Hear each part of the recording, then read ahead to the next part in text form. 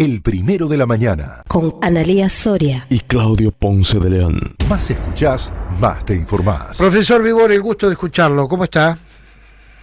Buen día, Claudio. ¿Cómo estás? Buen día, Analía también. Bien. Hola, buen día, Gastón. Bueno, lo escuchamos. ¿Cómo están? Bien, qué sé yo. Hacemos lo que se puede, Bueno, el resto se compra. Felicitaciones, felicitaciones por la iniciativa de toda esta nueva cadena que iniciaron ahora. Así que, bueno, seguramente van a tener muchísimo éxito.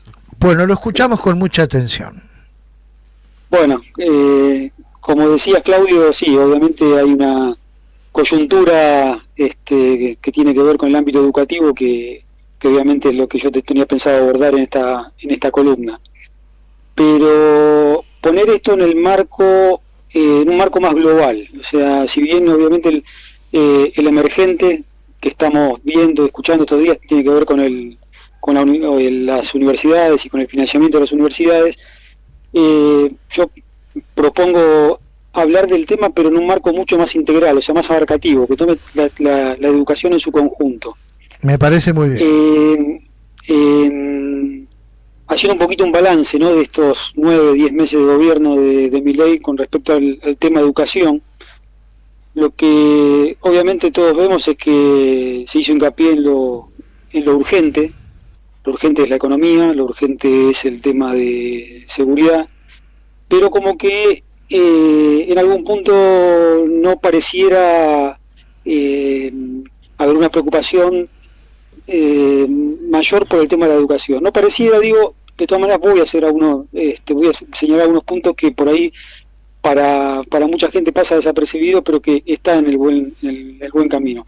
El tema es que si lo urgente, obviamente que hay que abordarlo, pero la educación tiene que ver con el futuro. Entonces, podrá mejorar, y esperemos que así sea la economía, pero eso tiene pies de barro si no se apuntala lo que va a ser después el futuro. O sea, va a llegar un punto inclusive que la economía ojalá mejore hasta cierto punto, pero después si no tenemos gente formada, gente preparada, el nivel de pobreza que es acuciante no va a llegar a un punto donde no va a bajar. Así que bueno, digo, primero separar, entiendo la urgencia de la economía, pero no hay que perder de vista el futuro, ¿no? Y el futuro tiene que ver con la educación.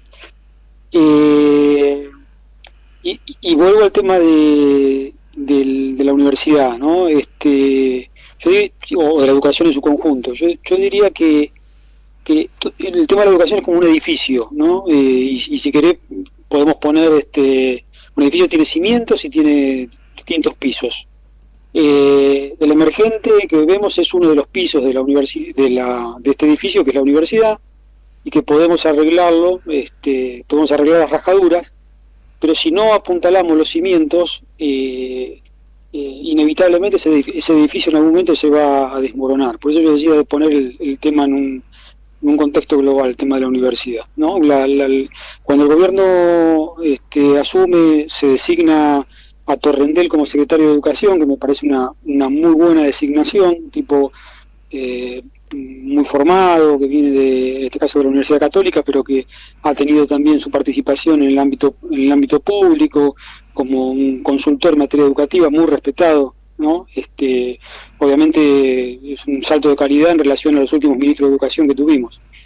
En su momento se habló del tema de que implicaba menospreciar la educación el hecho de que dejara de ser ministerio y pasara a ser secretaría. Yo creo que eso no es significativo, es una secretaría dentro de Capital Humano.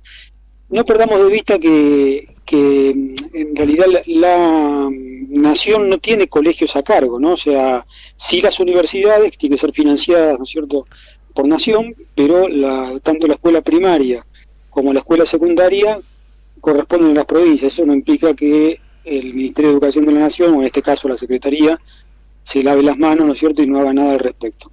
Y con relación a eso, yo quiero hacer referencia al tema del Plan Nacional de Alfabetización, que me parece que ahí sí Torrendel acierta de decir, bueno, todo bien, todo perfecto, tenemos que apuntalar la educación en su conjunto, pero primero los cimientos, o sea, y a partir de la idea de que, del dato, de que en la Argentina 4 de cada 10 estudiantes de tercer grado no saben leer y escribir. Es decir, esto está corroborado por las estadísticas de las evaluaciones de las pruebas de aprender, y está claro que eso, estamos hablando de que, y dentro de esos 4 de cada 10 chicos que no saben leer y escribir, la mayoría pertenece a los deciles más bajos de la población en cuanto a nivel socioeconómico. Por lo tanto, mal puede aspirar a llegar a la universidad un chico que en tercer grado no sabe leer y escribir.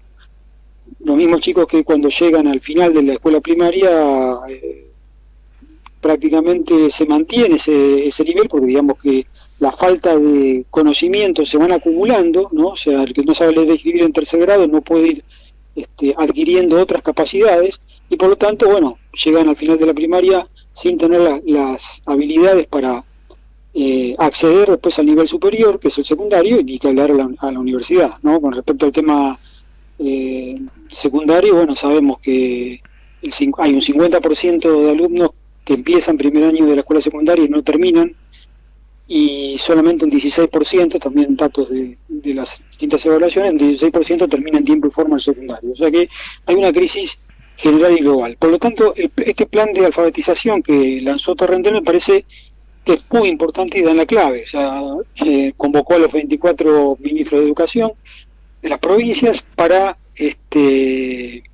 ponerse de acuerdo en que cada provincia va a llevar adelante un plan que tiene que ser evaluado como corresponde para poder sortear esta primer gran dificultad, que es el tema de que los chicos en tercer grado, por lo menos un porcentaje muy alto, no estamos hablando más de un 40%, no saben leer y escribir.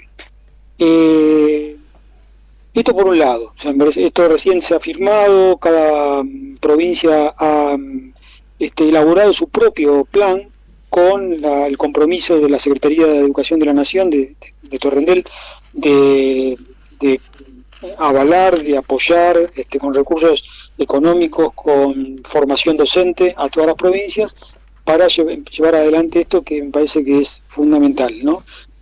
Para cerrar las brechas que hay en educación, ¿no? O sea, no es lo mismo hoy la educación que reciben los chicos de los de menor recursos, de sectores socioeconómicos bajos, que son los que deberían recibir la mejor educación justamente para que haya una verdadera igualdad de oportunidades.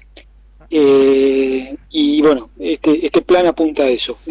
Obviamente recién se empieza a implementar, se tendrá que evaluar el próximo año y en los años sucesivos cómo ha sido el resultado, ¿no? de este plan. Ahora, pasando al nivel secundario, hay también algunas intenciones de cambio ya al nivel secundario. Como decía recién, cada provincia es quien se encarga y es responsable, ¿no? de qué cambios o reformas va a hacer, pero está claro que hay una discusión, un debate público también de hacer cambios en la escuela secundaria, ¿no? Que la escuela secundaria está obsoleta, que se sigue con el sistema de hace 100 años atrás, con una cantidad enorme de materias, con clases tradicionales, ¿no es cierto?, con los alumnos mirando hacia el pizarrón y el profesor mirando hacia los alumnos y dando su clase magistral. Bueno, eso está en revisión. Hay algunas provincias con iniciativas interesantes, como por ejemplo la provincia de Mendoza, y ahora últimamente la ciudad de Buenos Aires está haciendo una revisión del tema, tratando de disminuir la cantidad de materias, integrando materias, poniendo materias o intentando poner materias que tengan que ver con intereses más puntuales de los alumnos, en algunos casos con talleres optativos, en otros casos con agregando materias muy importantes como emprendedurismo, como lo que tiene que ver con capacidades blandas o socioemocionales, lo que tiene que ver con finanzas. Entonces me parece que hay una intención de empezar a dar una vuelta de tuerca sobre el tema secundaria, que también es un tema como que está en el aire de que tiene que ser mejorado, ¿no?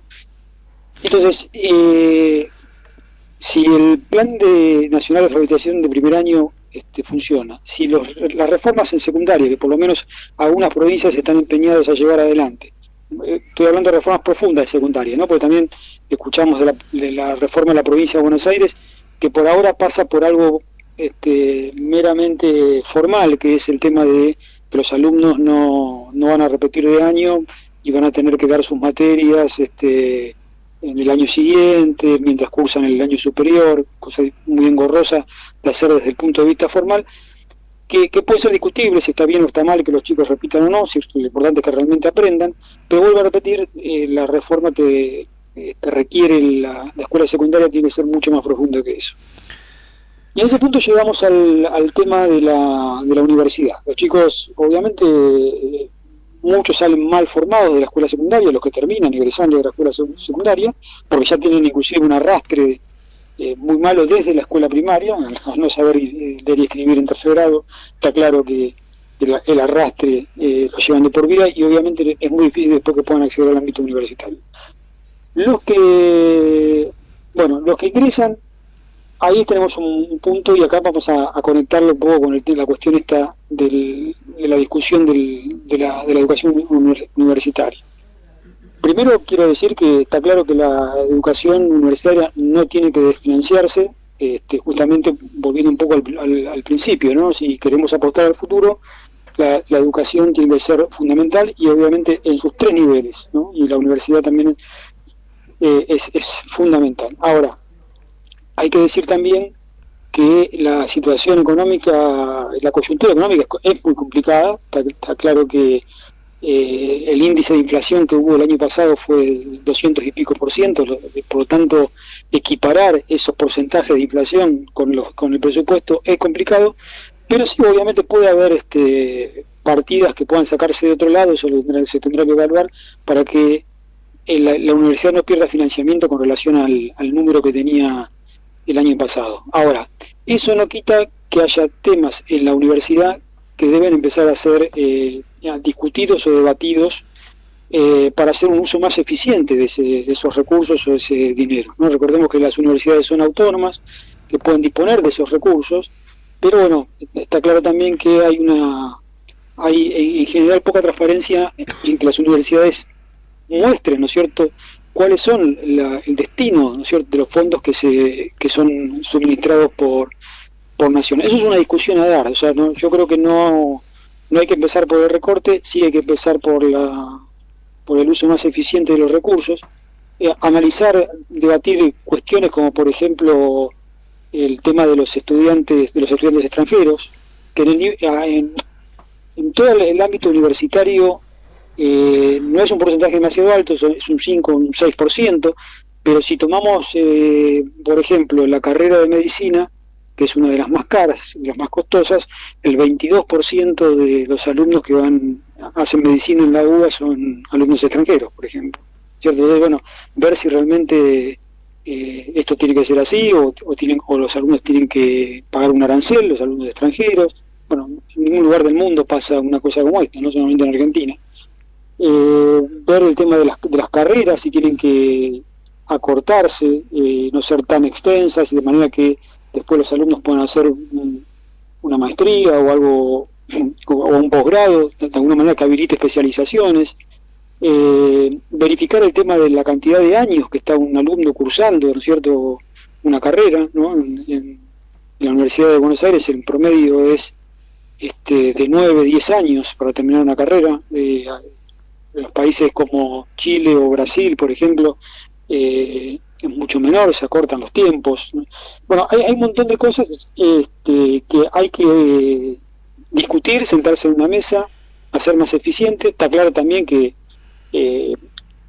se ha gastado y se ha despilfarrado dinero en la cuestión universitaria en los años anteriores. Por ejemplo, la creación de universidades en el conurbano bonaerense, ¿no es cierto?, de dudosa calidad, muchas de ellas se transformaron en cajas políticas. Bueno, lo que pretende hacer Achával con la Universidad de Pilar, que fue aprobada finalmente por ley. No tengo claro si ya fue aprobado un presupuesto por la Universidad de Pilar, pero la universidad está creada. En el sentido de que, bueno, esas universidades buscaban otro fin, ¿no?